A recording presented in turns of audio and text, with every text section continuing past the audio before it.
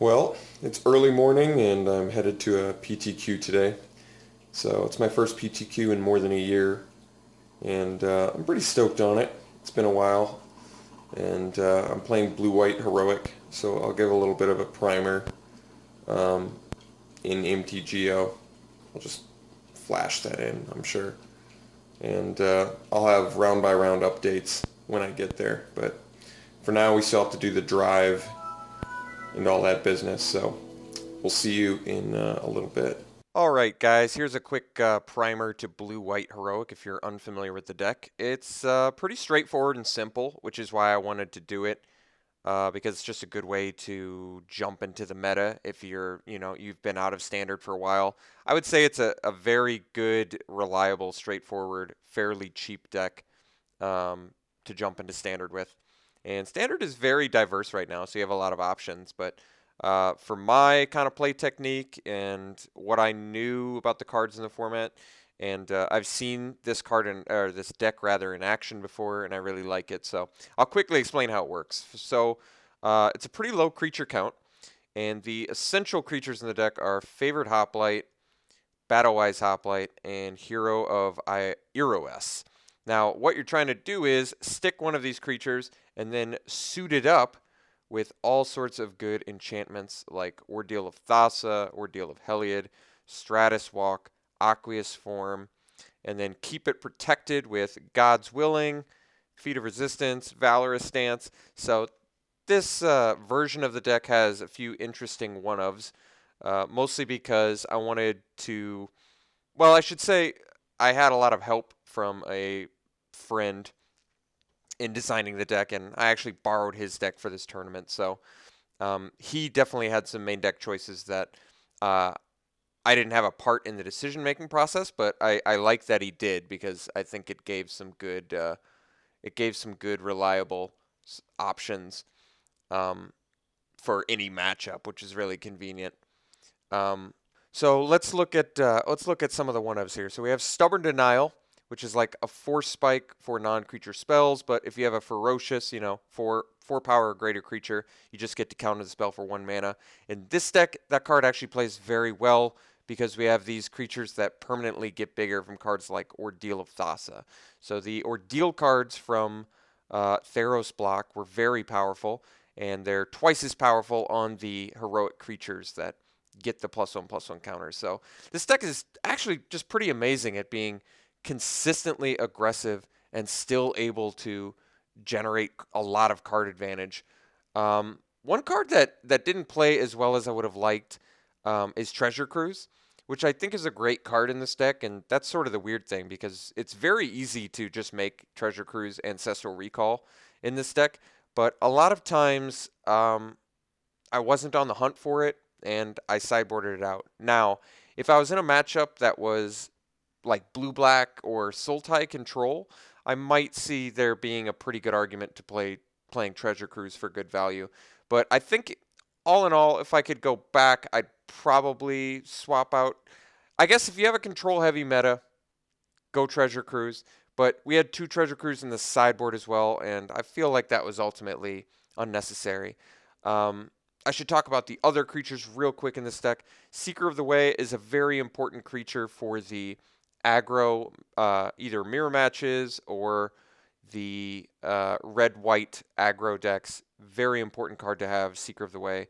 Gaining life. There's only one other main deck way to gain life, so very important there.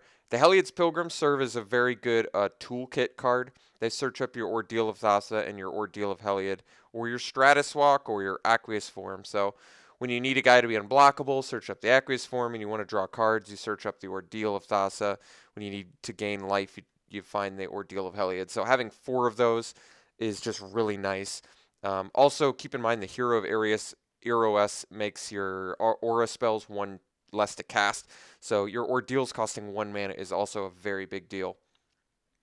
So the protection spells, like I said, for God's Willing, Feat of Resistance, Valorous Stance. Valorous Stance was sort of a last-minute switch from a Johnny's Presence to Valorous Stance, which I was ultimately happy with. You pay an extra mana, you don't get the +1/+1 when you cast it, and it doesn't have Strive, but Valorous Stance can destroy things like Siege Rhino and Wingmate Rock and Anafenza. And it's really good for stuff like that. And it definitely came up big today a couple times. So I did like the Valorous Stance inclusion over Johnny's Presence. I liked the versatility for the extra cost. I think it was worth it. And of course, Defiant Strike being a hugely good card in this deck. 1 mana, you cast it on your heroic guy. It gets permanently bigger. You draw a card. It's just very cheap, very efficient. More card draw. This deck just scries a lot. It really feels like it's always scrying, whether it be from a Battlewise Hoplite or your Temple of Enlightenments or your God's Willing. It really feels like it either scries or draw cards frequently, which I really think gives it the edge in, like, say, a Boss Sly or Red Deck Wins matchup where, you know, they're pulling all sorts of one-drop creatures out, but you're just toolkitting up just massive life gain and keeping your guy protected from burn spells.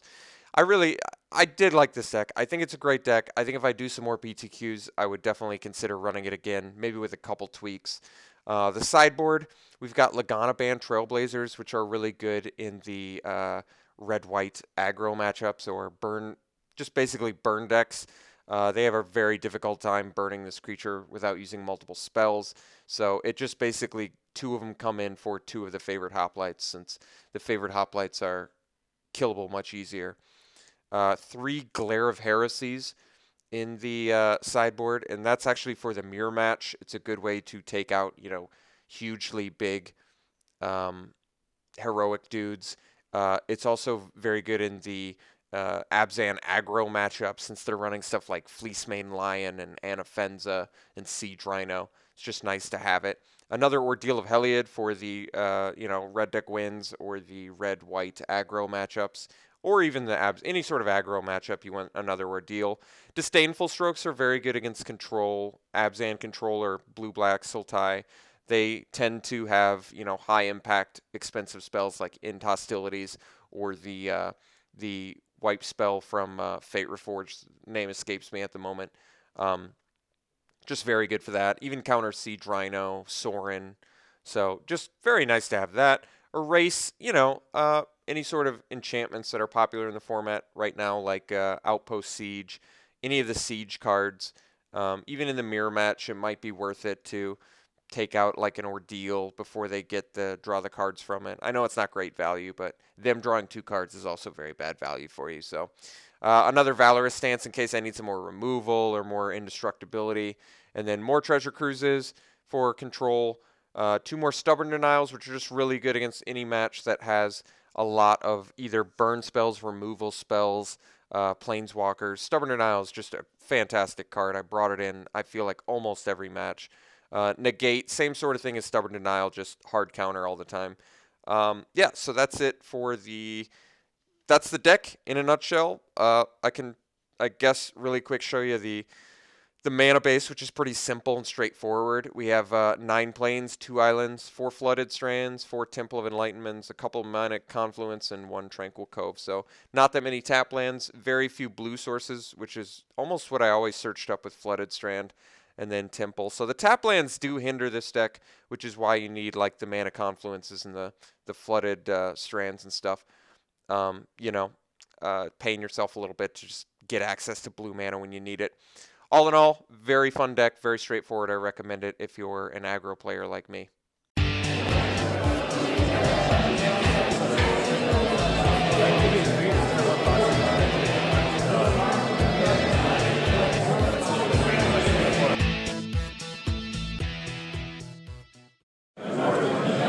All right, just wrapped up round 1. I beat an Abzan control deck. It was a close match. It went to game 3. We only had a few minutes left in the round. Game 1, I got the victory.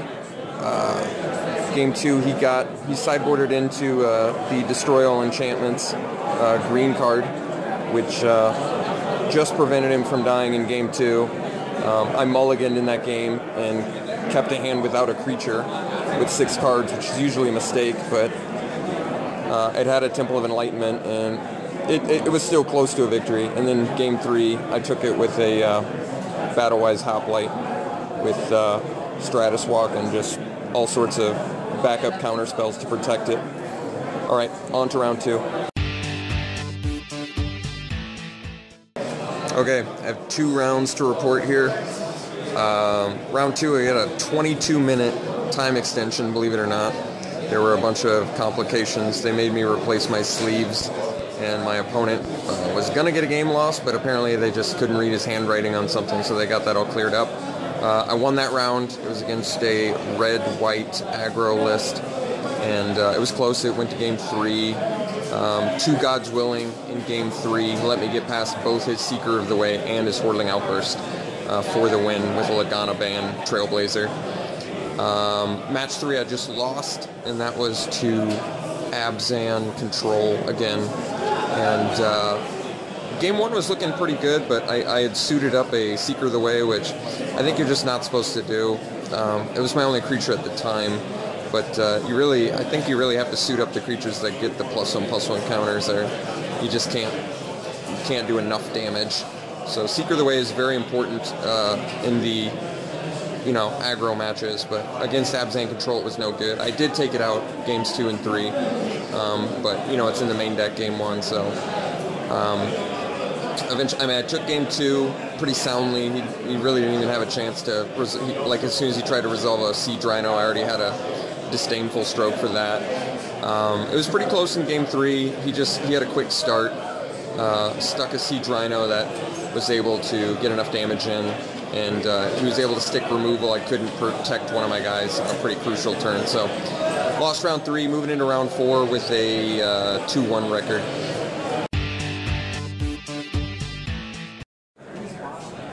Alright, just finished round 4. I won. We were the featured match, which was kind of cool, so I'll link that to SeemsGood for sure. SeemsGoodMagic.com will have me in the featured match, because that's my first featured match, so that's pretty awesome. I won it, which is awesome. I played against Abzan Aggro.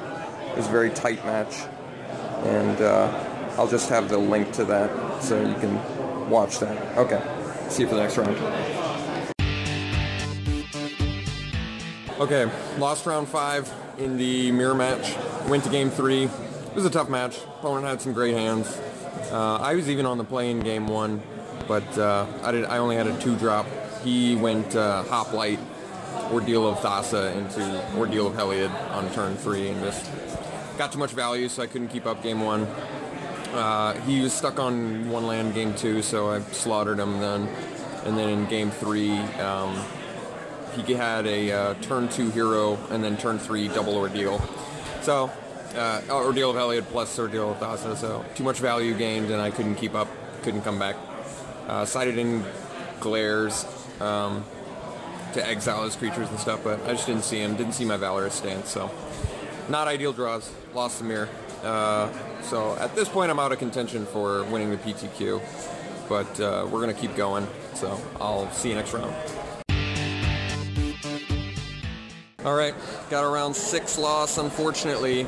Played against red-white aggro again, and just couldn't clinch it. He beat me 2-0, so he crushed me pretty hard. I had decent hands, too. He beat me with Stormbreath and Sarkin game 1, and then game 2, I mulled a 6. I kept a hand that didn't have any creatures, which is dangerous, but if I found one creature, it was a safe hand, and I ended up Defiant Striking one of his first creature, the lifelink mythic dude from Fate Reforged, and got a hero over Iroas, and so I capitalized on that guy pretty well the next turn. I was able to protect him as well as play 2 ordeals on him, so it was a close game, close enough, I guess, but he just eventually had too much, and I had to keep my guy back. I couldn't keep swinging in, and he just got the Stormbreath Dragon down and beat me again. So tough match. I can only get prizes if I have to win the next round, or else I can't get any prizes. I'm currently 3-3, so started well, but ending kind of poorly, but that's okay. I won my featured match, which is pretty sweet. So all right, we'll see you in the last match, I guess. Well, surprise, I'm back home. I know I'm supposed to talk about round 7, but my driver talked me into just dropping round 7 since I basically just gave up on 3 packs and we both were kind of, you know, we both weren't in contention to win the PTQ, so we just figured we'd take off, go have dinner early or whatever, and come home. So I hope you enjoyed this little PTQ analysis. Maybe I'll do it the next time I go to a PTQ. I'm pretty happy I got a featured match and I won that, so that's very cool. And I don't know, maybe this taught you a thing or two about Blue-White Heroic. Kind of my final thoughts on it are, I'm happy with the deck. I like Blue-White Heroic. I think it's very good. Yeah, I don't know what else to say about it. I think it's a good deck. I think it's one of those decks where if you don't know the meta too well, you can just come in and still steamroll pretty effectively. So overall, I rate Blue-White Heroic highly. The matches I lost were close, you know, a lot of them game 3. I got steamrolled a couple times, but overall, I never really felt out of it, and it's a very fun and diverse standard environment at the moment. Okay, well, guess I gotta go back to doing my draft videos, so I'll see you next time.